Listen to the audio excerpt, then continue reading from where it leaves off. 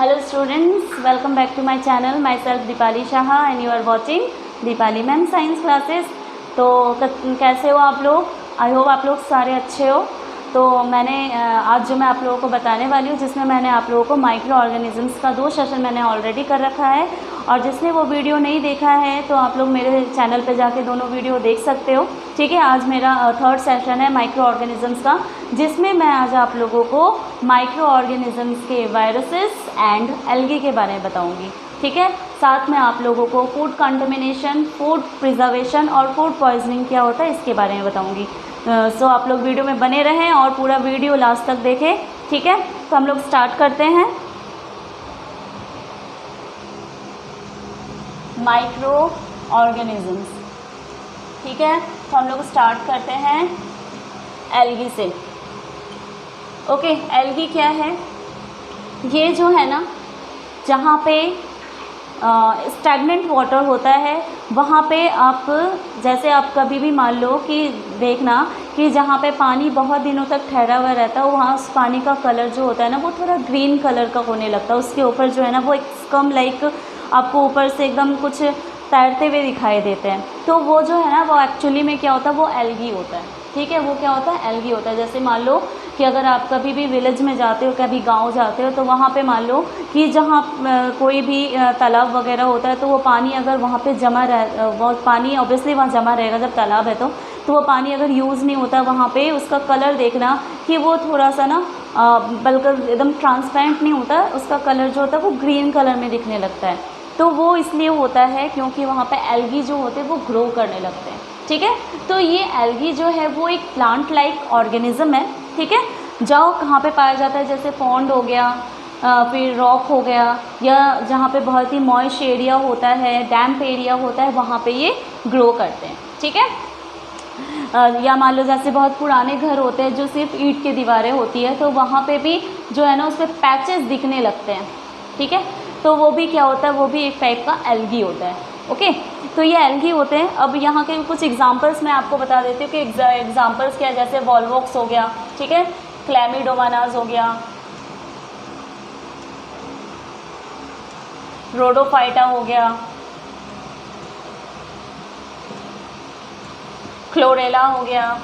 तो ये जो है वो किस चीज़ के एग्जांपल है, एल्गी के एग्जांपल्स हैं। ठीक है, अब मैं आपको कुछ बताती हूँ। जैसे कि आपको मैंने 2nd सेशन में आप लोगों को फंगी के बारे में बताया था, तो उससे आपको जिसने नहीं देखा वो वीडियो देख लेना, आपको समझ में आ जाएगा अच्छे से कि दोनों में क्या डिफरेंसेस हैं। ठीक है, जो एल्गी है वो एक्चुअली में क्या है कि इसमें क्लोरोफिल कंटेन होता है। Algae contains chlorophyll, algae contains, इसमें क्या कंटेन है, क्लोरोफिल कंटेन है। दैट्स वाई क्या होगा, so they make their own food, so they can make their own food by the process of photosynthesis। तो इसमें क्लोरोफिल कंटेन होता है, जिस कारण से यह खाना अपना खुद प्रिपेयर कर लेते हैं। मैंने आपको फंगी में ये बताया था ना कि इसमें क्लोरोफिल कंटेन नहीं होता। ये भी प्लांट लाइक ऑर्गेनिज्म है, बट उसमें क्लोरोफिल कंटेन नहीं होता है, जिस कारण से वो अपना खाना प्रिपेयर नहीं कर पाता। बट जो एल्गी, इसमें क्लोरोफिल कंटेन होता है और इसी के कारण ये अपना खाना खुद प्रिपेयर कर लेते हैं। ठीक है, अब जो इसका कलर, इसमें जो एल्गी, उसके डिफरेंट टाइप्स भी हैं, उनके कलर के ऊपर ये डिपेंड करता है कि वो कौन कौन सा एल्गी है। तो उनको क्लासीफाई किया गया है on the basis of their colour. ठीक है, अब ये कलर कैसे चेंज होता है, जैसे जो ग्रीन कलर एल्गी के टाइप्स मैं आपको बता रही हूँ। जैसे ये ग्रीन एल्गी है, ग्रीन एल्गी मीन्स क्या है कि इसमें ग्रीन कलर का पिगमेंट प्रेजेंट है। ठीक है, इसमें किस कलर का पिगमेंट प्रेजेंट है, ग्रीन कलर का। फिर नेक्स्ट मान लो जैसे ब्राउन एल्गी है, तो ये भी क्या होगा, इसमें ब्राउन कलर का पिगमेंट प्रेजेंट होगा। ठीक है, तो ये क्लोरोफिल क्या होता है, क्लोरोफिल जो है ये ग्रीन कलर का पिगमेंट होता है। ओके, तो इसमें ग्रीन कलर का पिगमेंट है, दैट मीन्स जो एल्गी है वो क्या है, ग्रीन एल्गी है। ब्राउन कलर का जो एल्गी है उसमें क्या होता है, ब्राउन कलर के पिगमेंट्स प्रेजेंट होते हैं। जो रेड एल्गी होता है, इसमें रेड कलर का पिगमेंट प्रेजेंट होता है। फिर नेक्स्ट क्या है, जैसे ब्लू ग्रीन एल्गी है, तो इसमें भी ये दोनों कलर के मिक्स कलर के ये होते हैं, जिस कारण से इसका नाम जो है वो ब्लू ग्रीन एल्गी रखा गया है। ठीक है, तो इसलिए इनके नाम जो है, इनमें जिस कलर का पिगमेंट प्रेजेंट होता है उसी के बेस पे ही इसका नाम जो है वो रखा गया है। ठीक है, तो ये आपके एल्गी थे। साथ में क्या होता है कि जो एल्गी है ना वो यूनिसेल्युलर भी हो सकता है, मल्टी सेल्युलर भी हो सकता है। बात आई समझ में कि एल्गी जो होगा यूनिसेल्युलर मीन्स एक सेल का बना हुआ होगा, मल्टी सेल्युलर मतलब बहुत सारे सेल्स के बने हुए होंगे। तो इसलिए एल्गी जो होंगे वो यूनिसेल्युलर भी है और मल्टी सेल्युलर भी है। ठीक है, नेक्स्ट देखो क्या है,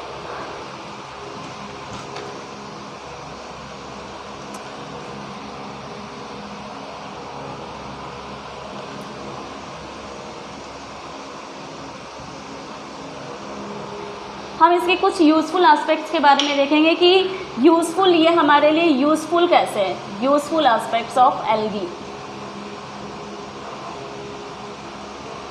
ये हमारे लिए यूज़फुल कैसे हैं, देखो कि जैसे जो एक्वेटिक, मैंने जैसे आपको बताया कि ये कहाँ ग्रो करते हैं, तो जैसे जो एक्वेटिक ऑर्गेनिजम्स होते हैं, जो एल्गी, छोटे छोटे एल्गी होते हैं, मीन्स कि जो फाइटोप्लैंक्टन्स होते हैं, सीवीड्स होते हैं, कैल्प्स होते हैं, उनको वो कंज्यूम करते हैं। ठीक है, मीन्स कि उनको एक तरह से वो फूड का काम करता है ये एल्गी जो है, जो छोटे छोटे एनिमल्स होते हैं उनके लिए। तो ये एक तरह से यूज़फुल एस्पेक्ट हो गया। फिर कुछ सीवीड्स होते हैं जिसको ह्यूमन बीइंग भी क्या करते हैं, कंज्यूम करते हैं। ठीक है, एज अ फूड। ठीक है, इसके बाद क्या हो सकता है कि जो साइनोबैक्टीरिया है, साइनोबैक्टीरिया जो वो भी एक तरह का एल्गी है, और वो क्या करता है कि जो एटमॉस्फेयर में जो नाइट्रोजन होता है वो उसको नाइट्रोजनस कंपाउंड के रूप में कन्वर्ट करता है। ठीक है, बात आई समझ में कि साइनोबैक्टीरिया जो है वो नाइट्रोजन से ऑक्सीजन को नाइट्रोजन को लेके उस नाइट्रोजन को नाइट्रोजनस कंपाउंड के रूप में कन्वर्ट करता है। देन सॉइल उसको यूज़ करते हैं और प्लांट्स जो होते हैं वो उसके कारण ग्रोथ कर पाते हैं और उनको न्यूट्रिएंट्स की कमी को पूरा करते हैं। ठीक है, तो ये काम साइनोबैक्टीरिया का हो गया। दूसरा क्या हो सकता है कि जो एल्गी है वो एक तरह से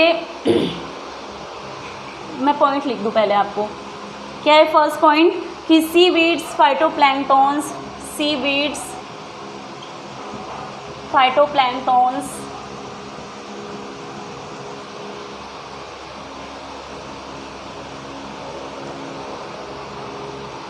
are consumed as food by some animals। Animals का मतलब ये नहीं कि बहुत बड़े बड़े एनिमल्स, बहुत छोटे छोटे माइन्यूट ऑर्गेनिजम्स होते हैं ये। ठीक है, some seaweeds are also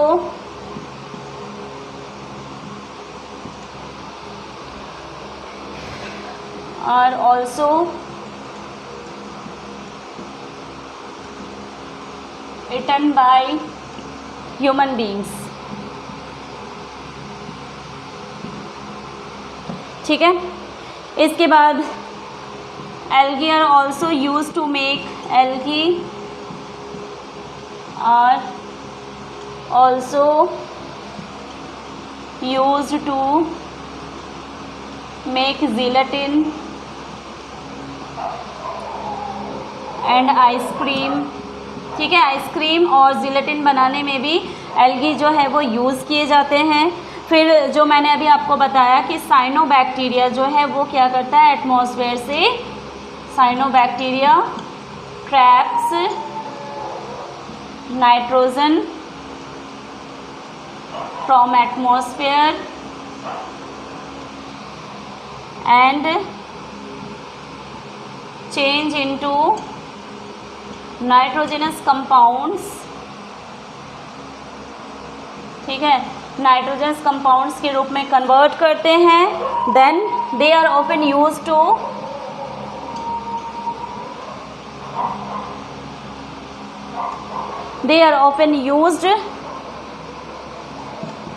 in the soil where, ऊपर ले लेती हूँ नीचे नहीं दिखेगा आपका, है ना,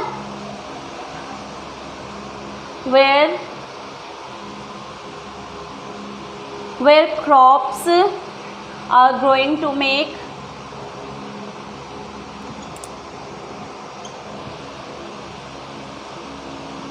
रिच इन न्यूट्रिएंट्स, ठीक है। तो ये क्या है, ये जो हो गए आपके कुछ यूज़फुल एस्पेक्ट हो गए एल्गी के, ठीक है। बात आ गई समझ में। अब नेक्स्ट जो है हम देखेंगे कुछ हार्मफुल एस्पेक्ट के बारे में। देखो मैं पहले आपको बता दूं कि जो हार्मफुल इफेक्ट है इसके क्या क्या हो सकते हैं।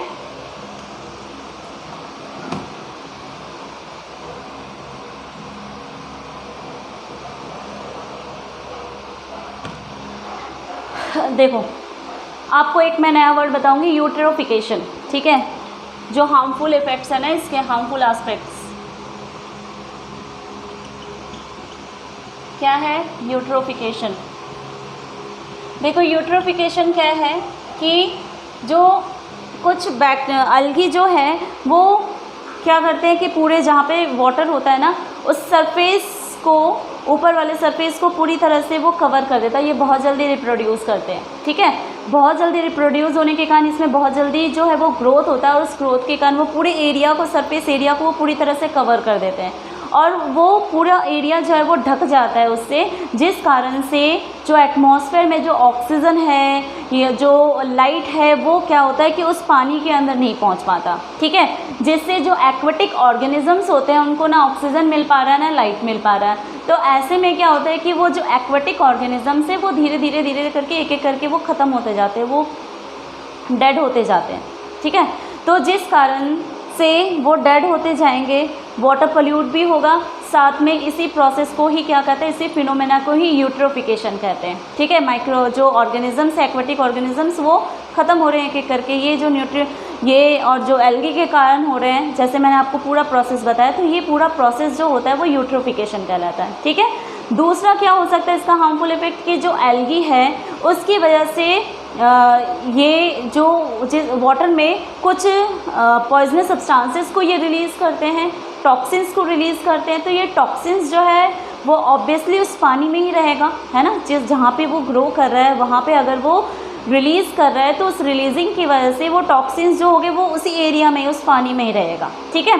तो जिस कारण से वाटर जो होगा वो पॉल्यूट होगा, that means it cause water pollution, ठीक है।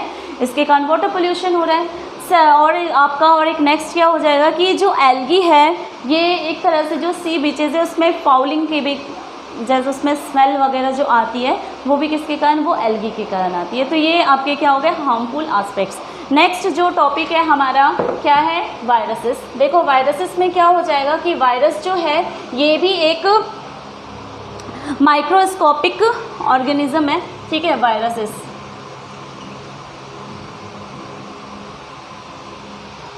जो है वो क्या है, एक सब माइक्रोस्कोपिक ऑर्गेनिज्म है और ये भी ग्रो कर सकते हैं, ठीक है। मीन्स कि ये भी एक लिविंग थिंग की तरह ही है। बट देखो कि आपको यहाँ पे अभी तक जितने भी आपने माइक्रो ऑर्गेनिजम्स के बारे में पढ़ा सारे लिविंग थे, लेकिन अब आपको अब आप ये जानोगे, आपको भी सुन के आश्चर्य लगेगा कि जो वायरस है वो एक लिविंग की तरह भी काम करता है, रिस्पॉन्ड करता है, एक नॉन लिविंग की तरह ही, ठीक है। देखो इसमें क्या होता है लिविंग और नॉन लिविंग की तरह कि जो वायरस होते हैं ना वो जब उसको कोई एक लिविंग सेल मिलता है, जब वो अकेला रहता है, मतलब कि अकेला मतलब कि ऐसे इंडिविजुअल एक है, अगर उसको कोई होस्ट सेल नहीं मिलता, मीन्स कि एक लिविंग सेल नहीं मिलता है, तब तक वो लिविंग सेल की तरह या लिविंग ऑर्गेनिज्म की तरह कोई भी काम को नहीं करेगा, ठीक है। मीन्स कि जो लिविंग थिंग की जो चीज़ें आपने पढ़ी हुई है कि किस तरह से लिविंग थिंग को और नॉन लिविंग को आपने डिफ्रेंशिएशन में पढ़ा हुआ है कि क्या क्या होता है लिविंग थिंग में और नॉन लिविंग थिंग में। तो इस तरह से जो वायरस है अगर वो इंडिविजुअली, अगर उसको कोई भी अगर लिविंग सेल में अगर वो नहीं है तो वो कोई भी प्रोसेस जो होगा वो नहीं करेगा लाइफ प्रोसेस का। लेकिन अगर वो एक लिविंग सेल में एंटर कर जाता है तो उस लिविंग सेल में एंटर करने के बाद वो लिविंग सेल की तरह अपना एक्शन करने लगता है, अपने सारी चीज़ें, जैसे रिप्रोड्यूस करने लगेगा, बहुत जल्दी वो रिप्रोड्यूस करता है, वो ग्रो करता है, बहुत जल्दी वो मल्टीप्लाई करने लगता है, अपनी संख्या को वो बढ़ाने लगता है, लेकिन जब वो लिविंग सेल के अंदर आएगा तभी, ठीक है। तो इसलिए जो वायरस है उसको ना तो लिविंग सेल में रखा जा सकता है और ना ही नॉन लिविंग में, ठीक है। तो अब हम लोग यहाँ पे इसके कुछ एग्जांपल्स भी देखेंगे, जैसे कि मान लो कि टोबैको मोज़ाइक वायरस हो गया, ठीक है। ये किस में होता है? ये होता है जब प्लांट्स में, ठीक है। ये किस में होता है? टोबैको मोज़ाइक वायरसेस जो होते हैं वो प्लांट्स में होते हैं, जिसमें जैसे टमाटो हो गया, लेडी फिंगर हो गया, लेडीज़ फिंगर हो गया, उसमें उसके लीव्स में जो है ना उसका कलर जो होता है, उसके वेन में कलर जो है वो येलोइश कलर में दिखने लगता है, ठीक है। तो वो टोबैको मोज़ाइक वायरस के कारण होता है। सेकंड क्या होता है कि जैसे ह्यूमन बीइंग में बहुत सारे डिजीज़ होते हैं, लाइक हो गया chicken pox,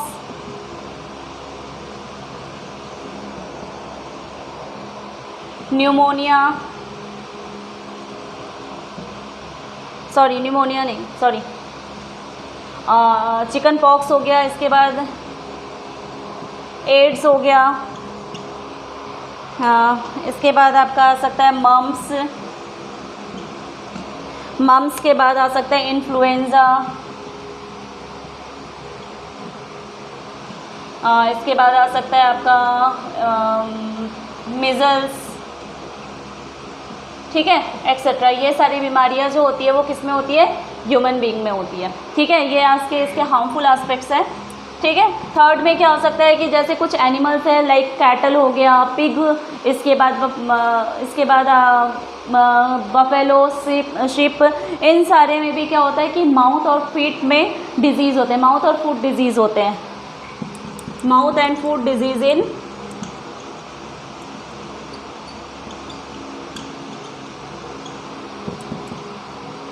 kettles,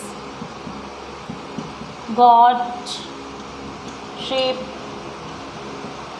pig, etcetera, ठीक है। तो ये हार्मफुल एस्पेक्ट्स थे वायरस के मैंने आपको बताया कि क्या होता है, ठीक है। अब हम लोग जो है फूड कंटेमिनेशन देखेंगे कि फूड कंटेमिनेशन क्या होता है, ठीक है। फूड कंटेमिनेशन क्या होता है कि जो माइक्रोब्स और फंगी होते हैं वो क्या करते हैं, फूड को स्पॉइल कर देते हैं, उसको वो ख़राब कर देते हैं, ठीक है, डिस्ट्रॉय कर देते हैं, जिसको हम खा नहीं सकते। माइक्रोब्स जो होंगे वो फूड को डैमेज कर देते हैं, जिससे उसका स्ट्रक्चर, टेक्सचर, सारी चीज़ें जो टेस्ट, सारी चीज़ें जो होती है वो चेंज हो जाती है, वो फूड कंटेमिनेशन है, ठीक है। तो ये ग्रो कैसे करते हैं कि जैसे मान लो कि वार्म प्लेस होगा या मॉइस्चर होगा, तो दोनों चीज़ों के प्रेजेंस में जो माइक्रोब्स होते हैं वो ग्रो करने लगते हैं फूड में, और जिससे जो उसका टेस्ट होगा, उसका टेक्सचर जो होगा, सारी चीज़ें जो हो वो चेंज हो जाएगी, और ये माइक्रोब्स जो होगा उसमें कुछ टॉक्सिन्स को रिलीज़ करने लगते हैं, ठीक है। टॉक्सिन्स मीन्स जहर, पॉइजन, ठीक है। तो ये रिलीज़ करने लगते हैं, और रिलीज़ करने से क्या होता है कि वो फूड ख़राब हो जाता है। अगर उसको हम बाय चांस अगर किसी तरह से कंज्यूम करते हैं, अगर हम उसको खा लेते हैं तो खाने से जो है हम बीमार पड़ जाते हैं, ठीक है, और उससे फूड पॉइजनिंग हो जाती है, वॉमिटिंग हो जाती है बहुत ज़्यादा एक्सेसिव, ठीक है। तो ये वॉमिटिंग जो है उसको मतलब ये फूड पॉइजनिंग जो होता है ना, बहुत ही डेंजर वाली बीमारी होती है। तो इसलिए कभी भी आप लोग भी अगर खाना ख़राब हो जाए तो उस चीज़ को मत खाओ, खाना मत, ठीक है, और ना ही किसी को वो फूड खाने के लिए दो, क्योंकि वो बहुत ही एकदम मतलब डेंजर वाली फूड पॉइजनिंग होने लगती है। क्या होता है कभी कभी फूड पॉइजनिंग की वजह से डेथ भी हो जाती है, ठीक है। तो ये फूड पॉइजनिंग का देखो। फूड प्रिजर्वेशन क्या होता है? फूड प्रिजर्वेशन जो है वो फूड प्रिजर्वेशन क्या होगा, जिसमें फूड को प्रिजर्व किया जाता है, ठीक है। फूड प्रिजर्व मतलब जैसे कि फूड को ख़राब होने से बचाने के लिए फूड प्रिजर्वेशन क्या होता है, कुछ इससे मेथड्स अपनाए जाते हैं जिसके थ्रू फूड को हम ख़राब होने से बचा सकते हैं, ठीक है। फूड प्रिजर्वेशन कुछ मेथड्स होते हैं, और ये मेथड्स अपनाने से जो माइक्रोब्स होते हैं या तो उसके ग्रोथ को रोका जा सकता है, या तो मान लो कि वो या तो उसको ख़त्म कर देगा, या उसके रिप्रोडक्शन को रोक देगा, या उसी को वो मतलब कि ग्रोथ को रोक देगा, ठीक है। तो ये मेथड्स जो होते हैं ये फूड प्रिजर्वेशन को, फर्स्ट जैसे सॉल्टिंग हो गया, फिर एडिंग शुगर हो गया, कैनिंग हो गया, सन ड्राइंग हो गया,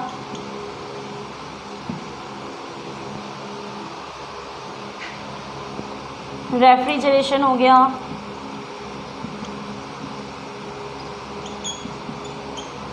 बॉइलिंग, ठीक है। तो ये सारे मेथड्स हैं जिसके द्वारा फूड को प्रिजर्व किया जाता है। जैसे सॉल्टिंग है, सॉल्टिंग से क्या होता है, उसमें नमक मिला देने से, जैसे वेजिटेबल्स होते हैं, फ्रूट्स होते हैं, उसमें अगर सॉल्ट मिला दिया जाता है तो सॉल्टिंग की वजह से जो माइक्रोब्स होते हैं वो उसकी ग्रोथ जो होती है वो रुक जाती है, या उसको हम कुछ दिनों तक स्टोर करके रख के खा सकते हैं। एडिंग शुगर भी ऐसा ही है। कैनिंग क्या है, कैनिंग का मतलब एक एयर टाइट कंटेनर में अगर हम किसी चीज़ को रखते हैं तो वो चीज़ भी ख़राब होने से बच जाती है, उसको प्रिजर्व करके रखा जा सकता है। सन ड्राइंग क्या है, जैसे कि कुछ चीज़ें होती है जिसको जैसे चावल है, दाल है, इन सारी चीज़ों को अगर अच्छे से सुखा के रख दिया जाता है, स्टोर करके रखा जाता है तो वो चीज़ जो होती है वो ख़राब नहीं होती है। लेकिन अगर मान लो उसमें मॉइस्चर रहेगा तो वो चीज़ जो होगी वो ख़राब हो जाएगी।